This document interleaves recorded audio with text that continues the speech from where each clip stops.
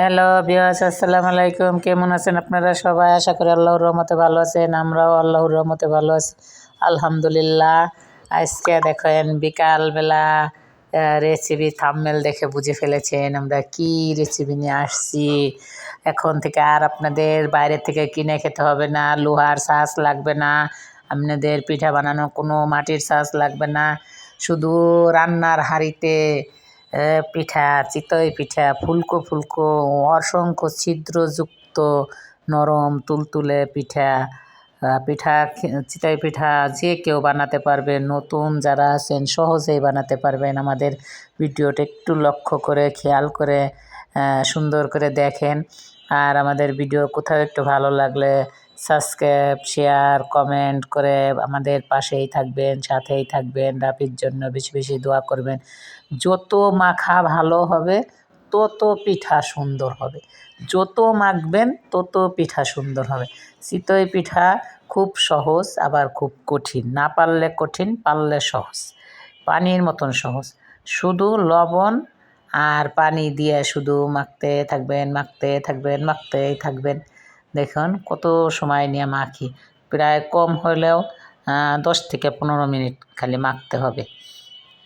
মাখতে মাখতে মাখতে মাখতে একটা পর্যায়ে দেখবেন একবারে সুন্দর একটা গুলা হয়ে গেছে। তারপরে 1 চিমটি, 2 কাপ গুঁড়োর জন্য 1 চিমটি বেকিং সোডা দেবেন।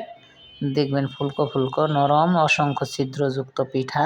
এই পিঠা খেতেও যেমন সুস্বাদু, আপনি মাংস ঝোল দিয়ে খেতে পারেন, ভর্তা দিয়ে খেতে পারেন, সকাল বিকালের নাস্তা খেতে পারেন।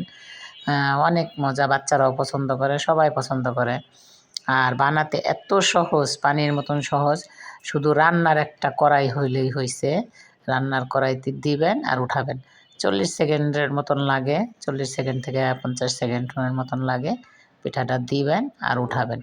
এত সুন্দর পিঠা যে হয় আমিও জানতাম না, কিন্তু এখন আপনাদের সামনে দেখাবো বলে এটা মনোযোগ সহকারে বানিয়েছি।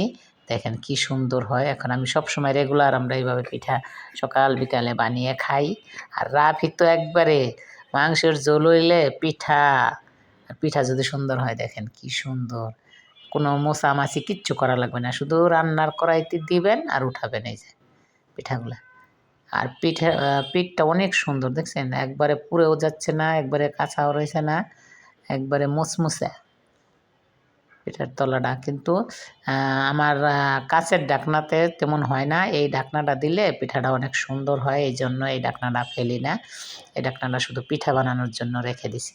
দেখছেন অসংখ্য ছিদ্রযুক্ত, এই যে দেখুন ক্যামেরার থেকে বাইরে বাস্তবে আরও সুন্দর, যেমন মচমচে তেমন অসংখ্য ছিদ্রযুক্ত ফুলকো ফুলকো একবারে।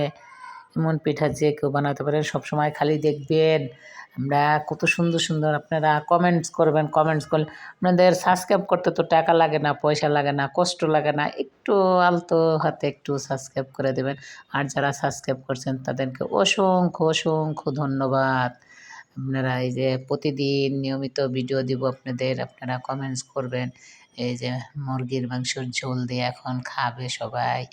রাফি খাবে আগে, এই জন্য রাফিকে বেশি করে দিছি। রাফির বলে অনেক পছন্দ পিঠা, আজকের পিঠা। ভালো হলে রাফির পছন্দ, আর ভালো না হলে এই যে দেখছেন পিঠা। এই পিঠা দুধে যদি ভিজান যায় সেই রসমালাই ফেল। আপনাদের দুধে ভিজে দেখাবো, আপনারা কমেন্টস করবেন কেমন ভিডিও আপনারা চান, তেমন তেমন ভিডিও আপনাদের সাথে শেয়ার করব। আপনারা দেখতে থাকুন।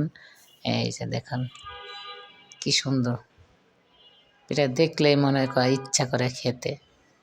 কিচ্ছু লাগে না, শুধু একটু লবণ পানি আর মাখতে হবে। যত মাখবেন তত পিঠা সুন্দর হয়, মাখা সুন্দর, পিঠা সুন্দর। আজকের মতন এতটুকুই, আল্লাহ হাফেজ।